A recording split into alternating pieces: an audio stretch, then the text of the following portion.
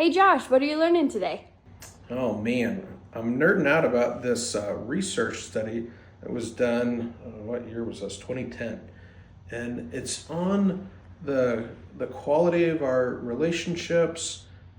Really, not even the quality of our relationships, more our relationship style, attachment style, or what in Nick would call connection, and how it affects the way we experience pain.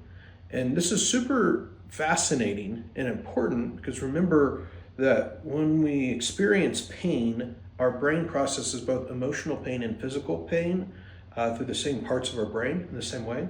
So when we study something involving physical pain and the effects on physical pain, it also relates to our experience of emotional pain, that all pain is affected or impacted by it.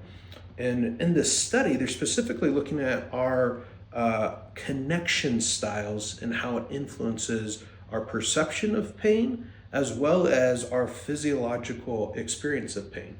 So they're looking at two things. One, a self-report of how much pain a person is experiencing when they're using a little cathode on the skin to create heat. Kind of doesn't burn the skin, but it's uncomfortably hot. So it creates pain kind of for the person using heat. And then they have a person rate how much pain they're experiencing.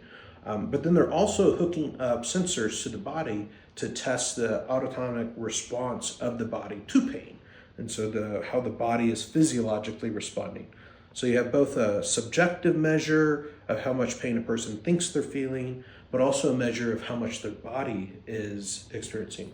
And what they wanted to see is, does the support of another person, right? Is somebody else kind of bearing the burden with them affect perception of pain?